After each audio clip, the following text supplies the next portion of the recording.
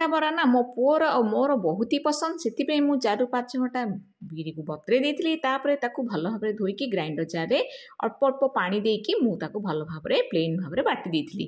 ତାପରେ ଗୋଟେ ବାଉଲକୁ ମୁଁ ଛୁଛେଇ ଦେଇଥିଲି। ତାପରେ ତାକୁ ଘଣ୍ଟାଏ ରଖିଦେଇକି ବାହାରେ, ତାପରେ ତାକୁ ଭଲ ଭାବରେ ହାତରେ ଏମିତି ଗୋଟେ ଡାଇରେକ୍ସନରେ 7ରୁ 8 ମିନିଟ୍ ଫେଣେଇ ଦେବେ। ତାପରେ ଲୁଣ ଦେଇକି ଆଉ 5-7 ମିନିଟ୍ ଫେଣେଇ ଦେବେ। ଫେଣେଇ ସାରିଲା ପରେ ଆମେ ତେଲ ଗରମ କରିବାକୁ ବସେଇଥିବା। ତେଲ ଗରମ ହେଇସାରିଲା ପରେ ଆମେ ଏମିତି ନେଇକି ବରା ପ୍ରସ୍ତୁତି କରିବା। ତ ବରାର ଗୋଟେ ସାଇଡ୍ ହେଲା ପରେ ଆମେ ଆରପଟ ସାଇଡ୍କୁ ଓଲଟେଇ ଦେବା। ତ ମୋର ଏବେ ତ ବରା ପ୍ରସ୍ତୁତି ହେଇଗଲାଣି। ଗୋଟେ ଟିସ୍ୟୁ ପେପରରେ ଆମେ ଗୋଟେ ପ୍ଲେଟ୍ରେ ଦେଇକି ବାହାର କରିଦେବା। ଏବେ ଚାଲନ୍ତୁ ଚିନି ଶିରା ପ୍ରସ୍ତୁତି କରିବା। ଚିନି ଗୋଟେ ବାଉଲରେ ନେଇଯାଇଥିଲି, ତାକୁ ମୁଁ କଡ଼େଇରେ ଦେଇଥିଲି, ଆଉ 2ଟି ପାଣି ମଧ୍ୟ ଦେଇଥିଲି, ଆଉ 2ଟି ଗୁଜୁରାତି ମଧ୍ୟ ଦେଇଥିଲି। ତାପରେ ଗୋଟେ ସୂତା ଆସିଲା ପରେ ଆମେ ଏଇକୁ ପକେଇଦେବା ବରାକୁ। ତାପରେ ଏପଟ ସେପଟ ଘାଣ୍ଟି ଦେବା। ଗୋଟେ 5ରୁ 7 ମିନିଟ୍ ଏଭଳି ଭାବରେ ଘାଣ୍ଟି ଦେଲା ପରେ ଆମର ପ୍ରସ୍ତୁତି ହେଇଯିବ ମାନେ ମିଠା ବରା। ଯଦି ଭିଡ଼ିଓଟି ଆପଣମାନଙ୍କୁ ଭଲ ଲାଗୁଛି ନିଶ୍ଚୟ ଲାଇକ୍, ସବସ୍କ୍ରାଇବ୍ କରିଦେବେ। ଆଉ ଇନଷ୍ଟାଗ୍ରାମ, ଫେସବୁକ୍ ଦେଖୁଛନ୍ତି ଫଲୋ